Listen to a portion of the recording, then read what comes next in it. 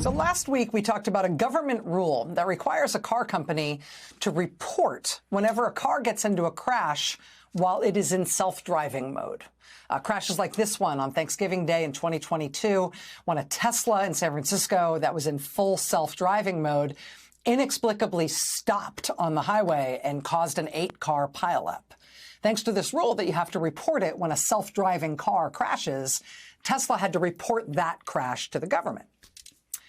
Now that the CEO of Tesla is a kind of a co-president-elect, though, Reuters is reporting this, quote, Trump team wants to scrap car crash reporting rule that Tesla opposes.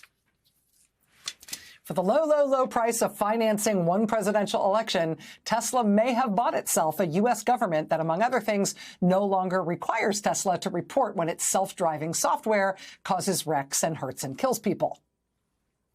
But Tesla's interests aren't just in the United States. Arguably, Tesla is more a Chinese car company than it is an American car company. The biggest Tesla factory, the factory that makes more of its cars than any other plant, the single factory which makes roughly half the cars it makes globally, is a huge one in Shanghai. And Tesla right now is trying to get approval from the Chinese government to operate its self-driving car technology in that country as well. Tesla's CEO, Elon Musk, really wants to keep the Chinese government happy. And he really wants to build yet more factories in China. He's really invested in having Chinese workers manufacturing his cars. Right down the street from his huge Shanghai Tesla factory that he's already got up and running, Musk is building another huge $200 million Tesla battery factory. Again, to employ Chinese workers. While Donald Trump appears to have not gotten what he wanted out of the near-government shutdown this weekend, Elon Musk does appear to have successfully maneuvered Republicans in Congress into cutting out of the government funding bill a provision that would have thrown regulatory roadblocks in the way of his continued massive investment in Chinese manufacturing for his car company. We reached out for comment. We have not heard back. We'll let you know if we do. But the idea that we have just gone through this near-death experience, right, with another Trump government shutdown potentially happening right before Christmas, even before Trump technically gets back into office. And we did it specifically so his billionaire pseudo-co-president could protect his relationship with the Chinese government and get more of what he wants in terms of Chinese manufacturing. I mean, it's unsettling enough from a, national security perspective, from a national sovereignty perspective. But it's all the more unsettling, given reporting in recent days about the ways in which our own government has found Elon Musk to be a potential national security risk. The Wall Street Journal, for example, reported that while there are several hundred employees at SpaceX, Musk's company, who have security clearances for what's known as sensitive compartmented information, Elon Musk is not one of the people who has that level of clearance, and that's not normal for companies doing this kind of sensitive work with the government. The Journal reports that the CEOs of other similarly situated companies, they've all been able to get this kind of security clearance, but not Elon Musk.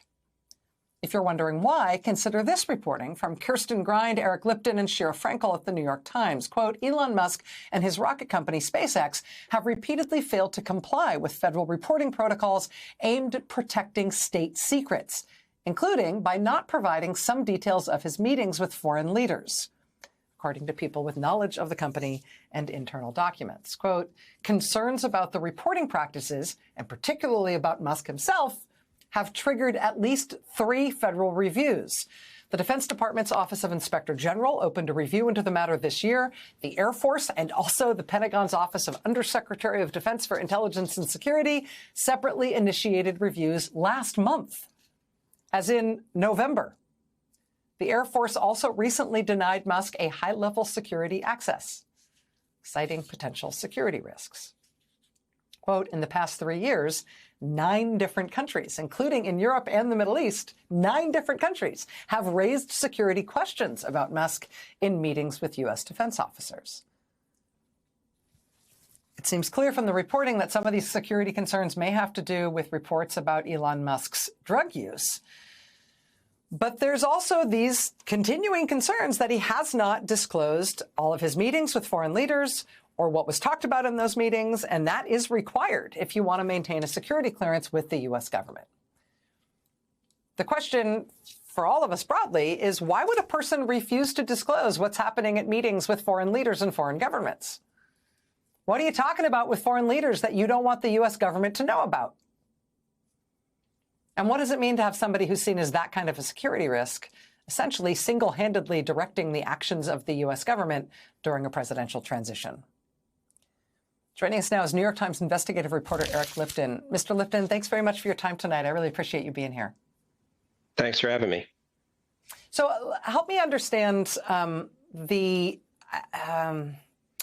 I guess, how surprising it is, how unexpected it might be in the abstract for somebody who is the head of a company like SpaceX, for example, to not have the kind of security clearances that Mr. Musk has either not been able to obtain or has actively been denied.